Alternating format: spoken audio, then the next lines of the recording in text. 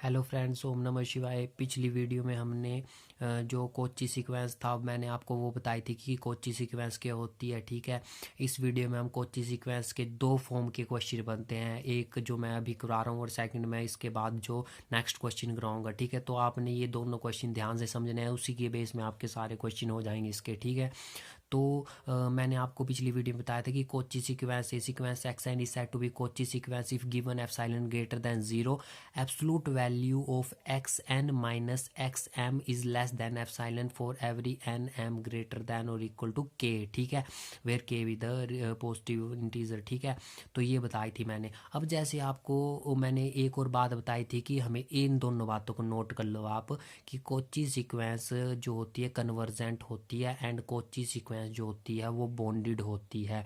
ठीक है, ये दो बातें मैंने आपको बता दी। ठीक है, अब नाउ आपके पास बोला है, और एक बात ये नोट रखना कि जो कोची सीक्वेंस के क्वेश्चन होंगे ना, आपको जितने भी कोची सीक्वेंस के क्वेश्चन आएंगे उनमें आपको बताया होगा कि prove that this sequence is a Cauchy sequence और this sequence is not a Cauchy sequence, ऐसा बोलना होगा। ठीक है, इसमें जो मैंने आपको कराई थी Kochi first theorem on limit and Kochi second theorem on limit, उसकी तरह नहीं होगा कि डायरेक्ट क्वेश्चन दिया होगा कि आपको फिर पहचानना होगा। इसमें डायरेक्ट आपको बोलना होगा। ठीक है, कि ये प्रूव करो कि दिस इज कोची सीक्वेंस। ठीक है, तो आपको लग जाएगा पता। कोची सीक्वेंस में आपको क्या दो चीज़ें निकालनी पड़ेंगी, एक्स एन, मतलब यहाँ पे ए एन दी हुई है सीक्वेंस तो मैंने ए एन ली, और एक्स एम वहाँ पे जब डेफिनेशन की थी डेफिनेशन में ये थी कि x n minus of x m is less than epsilon for every n m greater than और इक्वल टू के। देखो हमने यही पूरी की पूरी चीज़ यहाँ पे अप्लाई करनी है बस। ठीक है, अब एक्स एन चाहिए यहाँ पे, तो ए एन है, तो ए एन की वैल्यू आपके पास क्या दी हुई है 8+1 में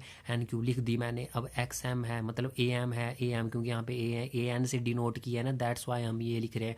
ठीक है, डेफिनेशन में आप यहाँ पे A N minus of A M भी लिख सकते हैं। ठीक है, अपनी नोटेशन होती है, a m is equal to 8+1 में एम क्यूब आ गया आपका। ठीक है, अब आपने क्या लगा दिया, without in loss in generative, ये कंडीशन आपने रखी कि n is greater than m. ठीक है, क्योंकि यहाँ पे एन से कोई चीज़ माइनस हो रही है ना, दैट्स वाई, मतलब ये टर्म क्या होगी, बड़ी होगी और ये छोटी होगी। ठीक है, तभी डिफरेंस लिया जा रहा है। तो n is greater than equal to m, they let epsilon greater than 0 how small.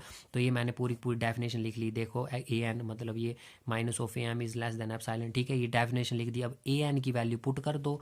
A n की वैल्यू क्या है, 8+1 में एन क्यूब लिख दी मैंने, एब्सोल्यूट वैल्यू 8+1 में एन क्यूब, माइनस है बीच में। ठीक है, मैंने माइनस लगा दिया। और ए एम की वैल्यू क्या है, 8+1 में एम क्यूब, मैंने लिख दी 8+1 में एम क्यूब। ठीक है, एब्सोल्यूट वैल्यू, और फिर क्या है एप्सिलॉन, फिर लेस देन एप्सिलॉन। ठीक है, मैंने लिख दिया ऐसे पूरा ही पूरा।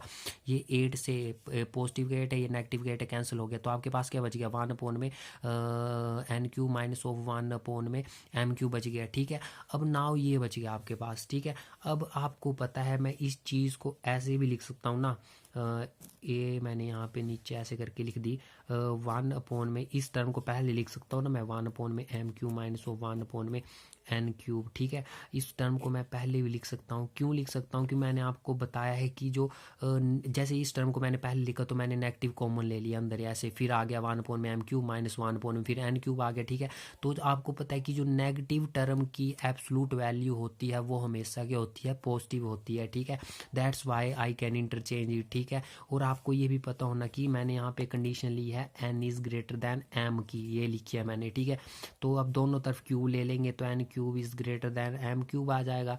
ठीक है, और 1 जब रेसिप्रोकल लिया जाता है तो मैंने आपको बताया कि इनक्वालिटी क्या हो जाती है, रिवर्स हो जाती है, और यहाँ पे आ गया 1 में एम क्यूब। ठीक है, तो दैट्स वाई 1 में एन क्यूब क्या है, लेस है आपका 1 में एम क्यूब से। दैट्स वाई हमने जो लेस, अब ये लेस होगा और ये ग्रेटर होगा, तो हमने क्या लिखी, ग्रेटर वैल्यू जो 1 में एम क्यूब है वो पहले लिख दी, और 1 में एन क्यूब है वो बाद में लिखी। इससे भी आप समझ सकते हैं। ठीक है, अब एब्सोल्यूट वैल्यू का सिंबल हट गया जैसे यहाँ पे, तो आ गया आपके पास 1 में एम क्यूब माइनस 1 में m n cube is less than epsilon. ठीक है, यहाँ पे मैंने बताया आपको। ठीक है, अब नाउ अब जैसे आप बॉन्डेड सीक्वेंस में मैंने आपको क्वेश्चन कराए थे सेम टू सेम, वहाँ पे हम एन की वैल्यू निकालते थे, हमने यहाँ पे एम की वैल्यू निकालनी है बस। ठीक है, और एन की वैल्यू जो भी होगी उसको निगलेक्ट कर देना है। क्यों, क्योंकि ये जो एन की वैल्यू है ना 1 में एन क्यूब, ये किससे छोटी होगी, 1 में एम क्यूब से, that's why I will neglect it. ठीक है, तो ये क्या आ गया सिंपली वो, क्योंकि हमें यहाँ पे सिर्फ एम की वैल्यू निकालनी है, तो 1 में M cube is less than epsilon M cube,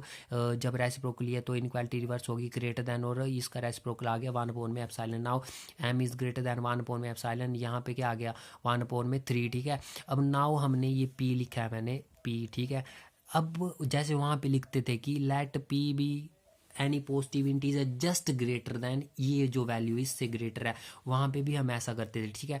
तो ये क्या हो जाएगा an माइनस ऑफ am जो हो जाएगा वो किससे लेस हो जाएगा एप्सिलॉन से, जो कि आपकी कोची सीक्वेंस की डेफिनेशन है फॉर एवरी nm। अब यहाँ पे कौन जो ये p का, वहाँ पे हम के डेफिनेशन में k लिखा था ना, यहाँ पे हमने वो p ले लिया कि p एक पॉजिटिव इंटीजर है जो कि जो ये m की वैल्यू आई है इससे ग्रेटर है, ठीक है। That's why nm is greater than equal to p, therefore n क्या होगी आपकी कोची सीक्वेंस प्रूव होगी। नाउ अब जो सेकंड फॉर्म का इसमें क्वेश्चन बनता है वो है आपका ये क्वेश्चन,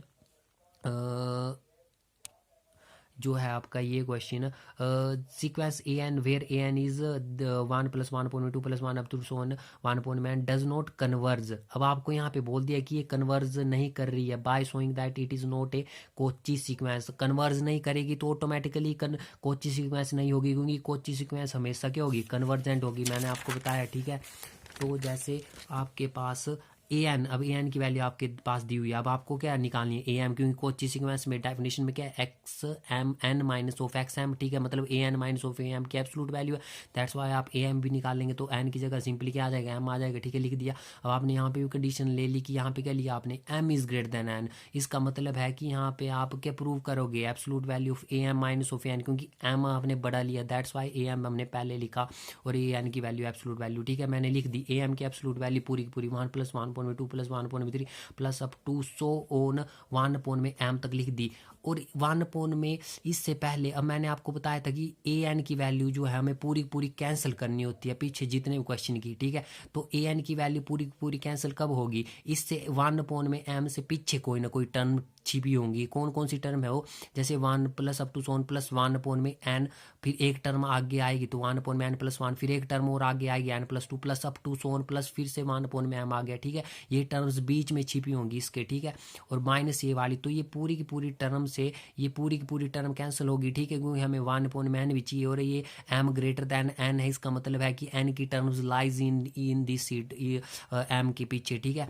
तो ये कर लिया हमने। अब हमारे पास कौन टर्म्स लेफ्ट रहेगी 1/n + 1 जो लिख दिया हमने, plus 1/n + 2 plus up to so on, फिर प्लस क्या आ गया आपके पास 1/m, ठीक है, लिख दिया हमने ये एज इट इज़। बस आपको एक चीज़ यहाँ पे कि आपने m की वैल्यू अब 2n पुट कर देनी है यहाँ पे, बस ये चीज़ है। क्योंकि फिर देन आफ्टर हमने जो पीछे पढ़ा था कि जो ये लास्ट टर्म होती है जब आपने 2n पुट की तो ए m की जगह क्या आ गया 2n minus of an absolute value is equal to 1/n + 1 plus 1/n + 2 plus up to so on plus 1/में आ गई आपके पास 2n वैल्यू, ठीक है। m की जगह क्या पुट कर दिया आपने 2n पुट कर दिया, दैट्स वाई ये लिख दिया। अब मैंने आपको बताया था कि ये जो लास्ट टर्म आती है ना ये हमेशा ग्रेटर दैन होती है जो first term second term and all terms, ठीक है।